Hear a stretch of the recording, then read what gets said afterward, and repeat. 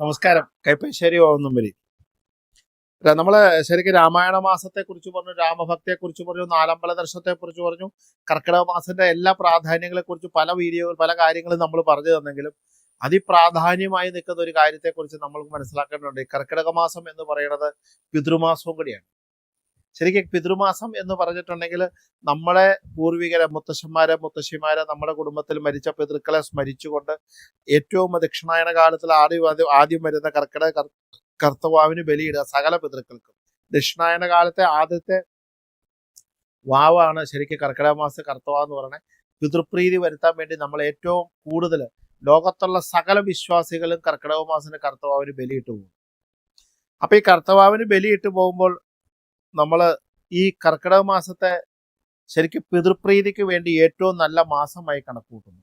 ശരിക്കും നമ്മൾ പറഞ്ഞിട്ടുണ്ടെങ്കിൽ എങ്ങനെയൊക്കെ ദേവാരാധനയുണ്ടോ, എങ്ങനെയൊക്കെ ഈശ്വരാരാധനയുണ്ടോ, എങ്ങനെയൊക്കെ നാമജപാദികളുണ്ടോ, അതുപോലെ തത്തുല്യമായ ഒരു അനുഗ്രഹങ്ങളാണ് പിതൃക്കളുടെ അനുഗ്രഹം. നമ്മുടെ അച്ഛനെ പട്ടിണി കിടന്നിട്ട് നമ്മൾ ബിരിയാണി കഴിച്ചിട്ട് വല്ല കാര്യമുണ്ടോ? നമ്മൾ അമ്മയ്ക്ക് ഒരു വസ്ത്രം മേടിച്ചു കൊടുക്കാതെ നമ്മൾ സിൽക്ക് ജുമ്പ ഇട്ടിട്ട് കാര്യമുണ്ടോ? ഇല്ല. അച്ഛനെ അമ്മയും മാസത്തിൽ ഒന്നുപോലും തിരിഞ്ഞു നോക്കാതെ അവരെ മുഴുവൻ വാക്കിനെയും ധിക്കരിക്കുന്ന മക്കൾക്ക് ലോകത്ത് ഗതി പിടിച്ച ചരിത്രമുണ്ട്. ആ എന്ന് പഠിപ്പിക്കാൻ പഠിച്ച അച്ഛനെയും ആ എന്ന് പഠിപ്പിക്കാൻ പഠിപ്പിച്ച അമ്മയെയും, അല്ലെങ്കിൽ ആദ്യമായിട്ട് ആ എന്ന് പറഞ്ഞ അക്ഷരം നമ്മുടെ വായിലേക്ക് അച്ഛ അമ്മ എന്ന് പറഞ്ഞു തന്ന മാതാപിതാക്കളുടെ വാക്കിനെ ധിക്കരിച്ച ഒരാള് ഏത് നാമം ജപിച്ചിട്ടാ രക്ഷപ്പെടണേ? ഏത് അമ്പലത്തിൽ പോയ രക്ഷപ്പെടണേ? ഒരിക്കലും രക്ഷപ്പെടാൻ പോലില്ല. അമ്പലത്തിൽ പൂജ കഴിച്ചപ്പോഴും രക്ഷപ്പെടുന്നില്ല. പിന്നെയാണ് ഇതൊക്കെ മാതാപിതാക്കളെ നോക്കാത്ത ആൾ ഇനി സ്ഥിരമായി അമ്പലത്തിൽ പൂജ കഴിച്ചപ്പോഴും രക്ഷപ്പെടില്ല. അപ്പൊ അതുകൊണ്ട് തന്നെ നമ്മുടെ ജീവിതത്തിനകത്ത് തുല്യ പ്രാധാന്യം, ഈശ്വരന് തുല്യ പ്രാധാന്യമായ, ദേവന്മാർക്ക് തുല്യമായ പ്രാധാന്യമുള്ള, നാമജപത്തിന് തുല്യമായ പ്രാധാന്യമുള്ള ജീവിതത്തെ രക്ഷപ്പെടുത്താൻ പറ്റിയ ശക്തമായ സാന്നിധ്യമാണ് പിതൃ അനുഗ്രഹം. പിതൃ അനുഗ്രഹം കൊണ്ട് മാത്രം, പിതൃക്കളുടെ അതായത് നമ്മുടെ മരിച്ചുപോയ കുടുംബത്തിലെ അവരുടെ അനുഗ്രഹം കൊണ്ട് മാത്രം കുടുംബം രക്ഷപ്പെടും, പരമ്പര രക്ഷപ്പെടും. അവർ ചെയ്യുന്ന ആ പിതൃ അനുഗ്രഹം കൊണ്ട് ഇല്ലാത്ത കുടുംബങ്ങളൊക്കെ ഒരിക്കലും രക്ഷപ്പെട്ട ചരിത്രങ്ങളും ഇല്ല. പിതൃക്കൾക്ക് മോക്ഷം കിട്ടാത്ത കുടുംബങ്ങളൊന്നും നന്നായ ചരിത്രങ്ങളും ഇല്ല. മനസ്സിലാവുന്നുണ്ടോ? ഞങ്ങള് പിതൃവിനെ ആവാഹിച്ച് അടുത്ത ശിവന്റെ അമ്പലത്തിൽ ഇരുത്തും, മൂലകുടുംബത്തിൽ ഇരുത്തി എന്നൊക്കെ പറഞ്ഞ ആൾക്കാരുണ്ട്. നിങ്ങൾ ഈ പറഞ്ഞ പോലെ അങ്ങനെയൊന്നും ആവാഹിച്ചിരുത്തലൊന്നും നടക്കണ കാര്യമല്ല.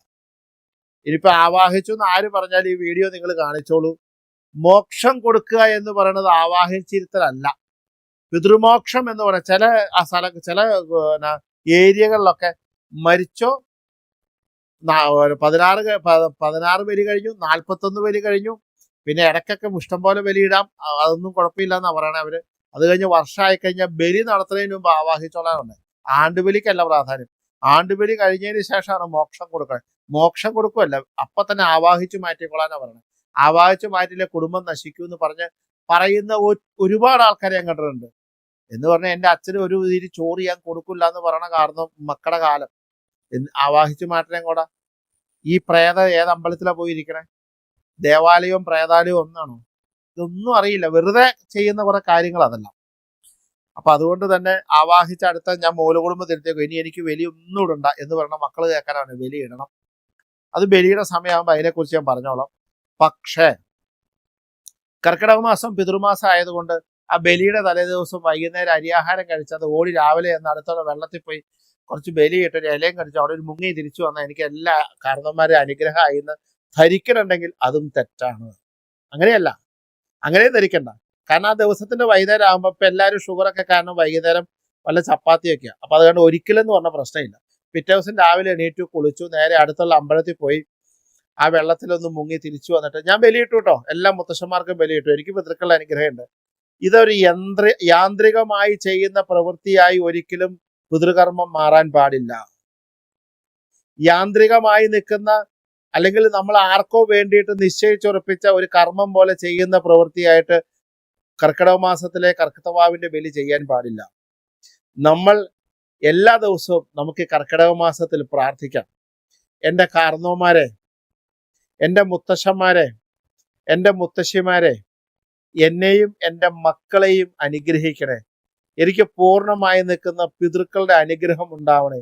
എന്ന് പ്രാർത്ഥിക്കാൻ പറ്റിയ ഒരു മാസമാണ് കർക്കിടക മാസം. ഞാൻ അതിനാ പറഞ്ഞു വന്നത്. അതായത് കർക്കിടക മാസത്തിൽ പിതൃക്കൾക്ക് പ്രാധാന്യമുള്ളത് കൊണ്ട് കർക്കിടക മാസത്തിൽ എല്ലാ ദിവസവും നിങ്ങളുടെ മരിച്ചുപോയ അച്ഛനെയും അല്ലെങ്കിൽ മരിച്ചുപോയ അമ്മയോ മുത്തശ്ശന്മാരോ ആണെങ്കിൽ ആ എന്റെ മുത്തശ്ശ എന്നെ അനുഗ്രഹിക്കണേ, എനിക്ക് അനുഗ്രഹവും തരണേ. നിങ്ങൾ എഴുതി വെച്ചോളൂ, നമ്മൾ കണ്ട ആദ്യത്തെ ദൈവമാണ് നമ്മുടെ മാതാപിതാക്കൾ. നമ്മൾ ആദ്യം കണ്ട ഈശ്വരന്മാരാണ് നമ്മുടെ മാതാപിതാക്കൾ.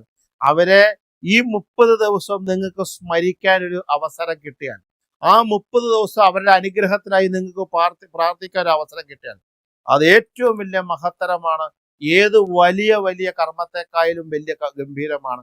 ചിലപ്പോൾ ആ പ്രാർത്ഥിക്കാൻ പറ്റുന്നത് ബലിയിടുന്നതിനേക്കാൾ പോലും നല്ലതാണ്. ബലി ഇടാതിരിക്കണം എന്നല്ല പറയണേ, ബലി ഇടണം, അത്രയ്ക്കും മഹത്തരാണ്.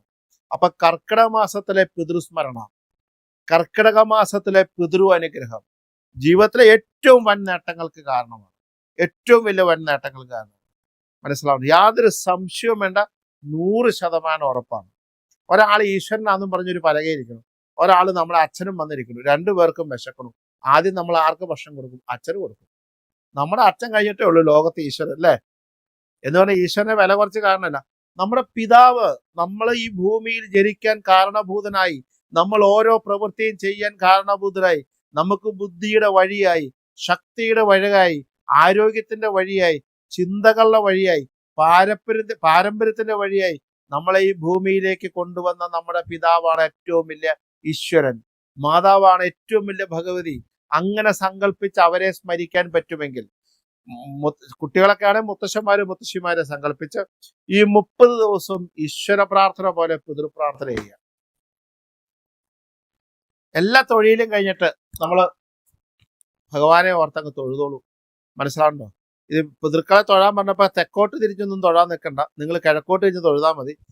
ഇനിയിപ്പോൾ തെക്കാണല്ലോ പിതൃക്കളിരിക്കണേ എന്ന് പറഞ്ഞിട്ട് തെക്കോട്ട് തൊഴാൻ നിൽക്കണ്ട, കിഴക്കോട്ട് തന്നെ എൻ്റെ കുടുംബത്തിലെ പിതൃക്കളെ എന്നെ ഒന്ന് അനുഗ്രഹിക്കണേ.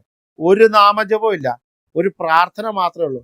ഞങ്ങളുടെ കുടുംബത്തെ സകല പിതൃക്കളെ എൻ്റെ അച്ഛൻ വഴിക്കും എൻ്റെ അമ്മ വഴിക്കും എൻ്റെ അമ്മാത്ത് വഴി എന്ന് വെച്ചാൽ എൻ്റെ അമ്മ വീട് വഴിക്കും, അതായത് മാതാപിതാ മാതുല വർഗത്തിലുള്ള എല്ലാ പിതൃവർഗങ്ങളെയും പിതൃക്കളെയും എന്നെ എൻ്റെ മക്കളെയും കുടുംബത്തെ അനുഗ്രഹിക്കുന്ന ഒരു പ്രാർത്ഥന മാത്രമേ ഞാൻ പറയുള്ളൂ. ഒരു തൊഴിൽ, 1 മിനിറ്റ് 1 സെക്കൻഡ് കാര്യത്തെക്കാൾ അത് വളരെ ഗംഭീരമാണ്, വളരെ കേമാണ്. അവരുടെ അനുഗ്രഹം മതി ലോകത്ത് എന്തും നേടാൻ. അവർ പ്രാർത്ഥിച്ചിരുന്ന ഈശ്വരന്മാര്, അവരുപാസിച്ചിരുന്ന ഈശ്വരന്മാര്, അവർ പോയിരുന്ന അമ്പലത്തിലെ ഭഗവാന്മാര്, ആ അനുഗ്രഹം കൂടി നമുക്ക് ലഭിക്കും. അവരെ നോക്കുന്ന ഒരു ഈശ്വരന്മാരുണ്ട് നമ്മളെപ്പോലെ തന്നെ, അത് ഉൾപ്പെടെ നമുക്ക് വളരെ ഏറ്റവും മഹത്തരമായ ലോക പിതൃവർഗം. അതുപോലെ തന്നെ ഇത് പ്രാർത്ഥിച്ച ശേഷം എൻ്റെ ഈശ്വരന്മാരെ, എൻ്റെ ഗുരുവായൂരപ്പ, എൻ്റെ പ്രാർത്ഥിക്കുന്ന സകല ദേവന്മാരെ, എൻ്റെ പിതൃക്കൾക്ക് പൂർണ്ണമായ മോക്ഷം എന്നും ഉണ്ടാവണേ എന്നും കൂടെ തിരിച്ചൊരു പ്രാർത്ഥന. ഇങ്ങോട്ട് അവരുടെ അനുഗ്രഹത്തിന് പ്രാർത്ഥിക്കുക, അവരുടെ മോക്ഷം, അവരുടെ നന്മ, അവർക്ക് ആത്മാവിന് പൂർണ്ണമായ അനുഗ്രഹം എന്നും കൊടുക്കണേ എൻ്റെ ഈശ്വരന്മാരും പ്രാർത്ഥിക്കുക. ഏറ്റവും കൂടുതൽ വൈകുണ്ഠനാഥനായി നിൽക്കുന്ന മഹാവിഷ്ണുവിനോട്, എൻ്റെ വൈകുണ്ഠനാഥനായ മഹാവിഷ്ണു എൻ്റെ കുടുംബത്തിലുള്ള സകല പിതൃക്കൾക്കും അവയുടെ അങ്ങേക്കയുടെ അനുഗ്രഹം ഉണ്ടാവണേ. പിതൃക്കൾക്ക് വേണ്ടി നമ്മൾ പ്രാർത്ഥിക്കണം, പിതൃക്കളോട് നമ്മൾ അനുഗ്രഹം ചോദിക്കണം. ഇത് നമ്മൾ എല്ലാ ദിവസവും കൂടെ ചെയ്യാമെങ്കിൽ അതിഗംഭീരാണ്, അല്ലേ? ഇപ്പൊ ചിന്തിക്കുന്നത്, ഈശ്വര എൻ്റെ അച്ഛൻ മരിച്ചിട്ട് ഞാൻ ഇതുവരെ തൊഴുതിട്ടില്ലല്ലോ എന്ന് ചിന്തിച്ചില്ലേ? അത് തോന്നണം. അപ്പൊ അതുകൊണ്ട് തന്നെ അങ്ങനെ ഒരു കാര്യത്തിലേക്ക് കിടക്കാമെങ്കിൽ അത് പ്രത്യക്ഷത്തിലുള്ള അനുഭവത്തിൽപ്പെടുന്നതാണ്, പ്രത്യക്ഷമായ അനുഭവത്തിൽപ്പെടുന്നു. അതുകൊണ്ട് പ്രത്യക്ഷ അനുഭവം, പ്രത്യക്ഷമായി നിൽക്കുന്ന അനുഗ്രഹത്തിനും പ്രത്യക്ഷമായ ഗുണത്തിനും പിതൃസ്മരണ, പിതൃവിന് വേണ്ടിയുള്ള പ്രാർത്ഥന മറക്കരുത്, ചെയ്യുക. നമസ്കാരം. ഗോവിന്ദൻ.